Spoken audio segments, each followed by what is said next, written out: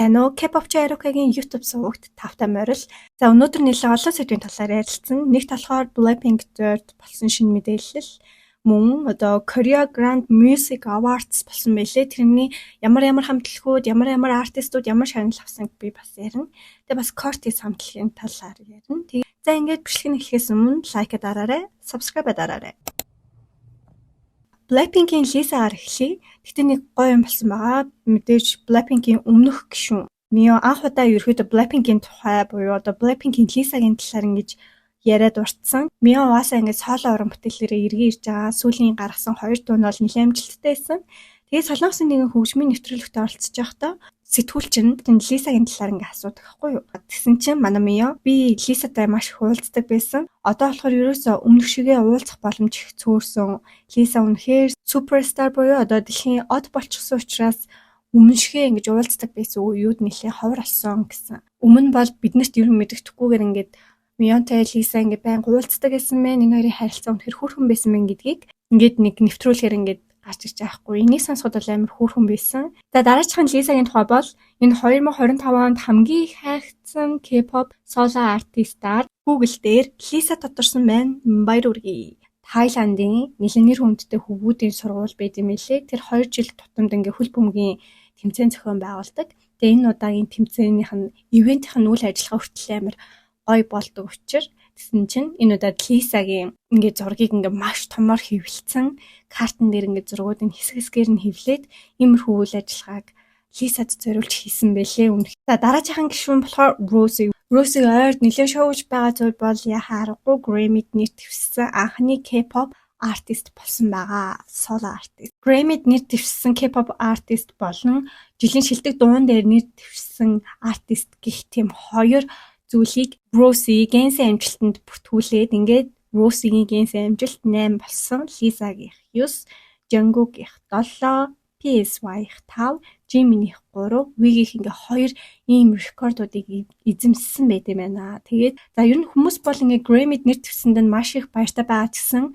За ингээд Rosie татаарах чаа эсвэл ингээд буруу мэдээлэл тараахыг хүсэж байгаа хүмүүс бас нэлээд байсан. Rosie бол Grammy-д нэр дэвсэн анхны солонгос соло артист бишээ. Өмнө 1993 онд Sumijo гэдэг дуур дуулдаг, опера дуулдаг хүн энэс Grammy-гаас ингээд шагнал авч ирсэн. Тэр ингээд Rosie анхных нь биш. Та нар яагаад ингээд дэврэгэж яриад байгаа юм бэ гэсэн тийм зүйлүүд явагдсан. Гэтэ энийг ингээд яг харах юм бол Sumijo бол угаасаа солонгосоос гаралтай дуу ч юм уу. Гэхдээ өмнөд солонгосыг төлөөлж ингэж Grammy-д нэр дэвшээгүй. Хоёр дахь нь Герман улсыг ингэж төлөөлсөн.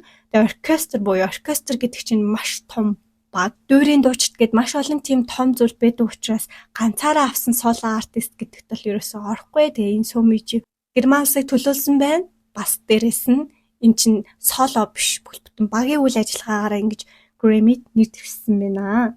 За дараагийн болохоор Jennie бас өнгөрсөн 7 хоногт угаасаа Mad Cool гээд Испанд зохиогддог хамгийн том фестивал дээр голлох уран бүтээлчээр ингэж тодорсон байгаа. 2026 оны 7 сарын 9-нд. Гэхдээ ер нь Coachella-тай маш төстэй. Тэгээд энэ Испанд болдог фестивал нь бүр одоо энэ удаад 10 дахь жилээ зохион байгуулагдаж байгаа юм байлээ. Тэгээд бүр 200,000 гаруй хүн цугуулдаг гэхээр одоо Coachella дээр ер нь бол Jennie 40-50 мянган хүн цуглуулсан гэдэг. Тэгэхээр энэ дээр бүр үнэхээр тэрнээс илүү томыг цуглуулах боломжтой юм байна гэсэн тийм дүгнэлтэнд хүрж байгаа. Тэгээд би бол анх удаа ийм фестивалыг сонсож байгаа. Яг нь Испан гэхээр бас жоохон хол сонсогдоод байсан. За бас дээрэс нь Хиттийн бас нэлээд алдартай хөгжмийн платформ дээр буюу QQ гэдэг тийм хөгжмийн платформ дээр бүр хамгийн их хайгдж байгаа, хамгийн их ингэж эрэлттэй байгаа эмэгтэй артистаар Jennie тодорсон. Харин эрэгтэй соло артистаар нь болохоор G-Dragon гэж тодорсон байна. Нэрээ бас Jennie 2 сард шинэ дуу гаргаж магадгүй гэсэн тийм таамагуд бас нэлээд яваад байлаа шүү. Jisoo за L сэтгүүлийн гүйцэтгэх захирал Constance Jisoo L сэтгүүлийн түүхэнд хамгийн гайхалтай cover оддын нэг гэсэн тийм магтаалыг хүргэсэн байгаа. Гэхдээ энэ зураг бол үнэхээр best. Тэгээ ерөнхийдөө бол Jisoo одоо анхны бүрэн хэмжээний альбомоо гаргах гад маш их хичээж байгаа гэдгийг бид бүгдээр ингээ мэдсэн шүү дээ. 6 хоногийн өмнө 10 сарын 10-нд бүр шөнийн 2 цагт шууд амжуулалт хийсэн байлээ. Блинкчүүдэд та нарыг маш их санаж байна гэд юу хийж ин даа гэл маш гоё дулаахан үгсүүдээр ингэж эхэлсэн байлээ. Тэгээ ойрд тоглолтгүй ерөөхдөө аялын тоглолт баг зэрэг байхгүй байгаа учраас нэг л тийм хоосон мэдрэмж өгч байна гэж бас хэлсэн. Тэгэд ерөөхдөө ганцаараа тийм намрын шөнийн зураг даарч ингэж илгээсэн. Өөрөө бас ингэж хэлж байхгүй жилийн сүүл болохоор ингэ надад маш их юм бодол тавтдаг. Гэхдээ энэ жил өмнөх жилүүдээс илүү олон зүйлд хүрч чадсан юм шиг надад санагдчих чинь. Тийм болохоор би та бүхэнд үнийг хуваалцмаар гэсэн. Гэтэ яг энэ үг надад амар гоё таалагдсан. Тэгээд ерөөхдөө бол бэлэнкчүүдээ хүүтэн болж байгаа учраас бие бодорой, дулаахан хувцлаарай, хайртай шүү гэж хэлсэн. За тэгээ шөнийн 2 цагт гинт ингээ шууд амжуулт хийсэн чинь бэлэнкчүүд ерөөхдөө 2 хуваагдсан байгаа. Шүн нойрг утсан болов стресстэйд ингээ шөнийн 2 цагт ингээ сэтгэл санаа тавгаа болохоор ингээ шууд амжуулт хийж эхэлсэн болов гэж зарим санаа зовсон. Сэтгэлээ тайвшруулах зорилгоор шүн агаарт гарч байгаа мэн гэж бас бодсон. Шин дууга гарах га, шин альбомаа гарах гээд нэлээд ачаалтай байгаа учраас ер нь бол маш сайн амраарэ гэдгийг бол бэлэнкчүүд бас хэлсэн байгаа. За дараагийн мэдээ бол Cortez хамтлаг. За Cortez хамтлаг бол Монголд ч гэсэн нэлээд алдартай байгаа. Дебют хийгээд ердөө 3 сар өнгөрч байгаа ч гэсэн анхныхаа альбомд ингээд 1 сая борлуулалт хүрэхэд тун ойртсон байлээ. Одоо бараг 1 сая борлуулалт хийцэн байх. Цомог гарсан эхний 7 хоногт шууд 420 мянга гаруй борлуулалт авчирч тэгээд ерөөхдөө бол ингээд 2 дахь 7 хоногоос зарим хамтлагийн цомгууд ингээд харцангуй буурчтэй мэлээ. Тэсэн чин Cortez бол тгээгүй 2 дахин өссөн гэсэн мэдээлэл гарсан. Өөртөө хөгжмөө зохиож, бүжгээ найруулж, дүрслэл, концепт бүгдийг бүтээдэг учраас бүр хүмүүсийн хайрыг бүр үнэхээр их татчихжээ. Мама дээрх үзүүлбэрийн бас нэлээд хүлээж байна. 11 сарын 14-нд Солонгосын хамгийн том Korea Grand Music Awards тохиосон байгаа. Тэр дундаас шилдэг 20 байрыг би ингээд танилцуулъя гэж бодож байна. За эхнийх нь болохоор жилийн ширэлдэг артистаар Jennie тодорсон. Mia болохоор өсөж буй Rookie шагнал авсан байгаа. New Jeans болохоор энэ жилийн тренд хамтлагаар ингэж шалгарсан байгаа.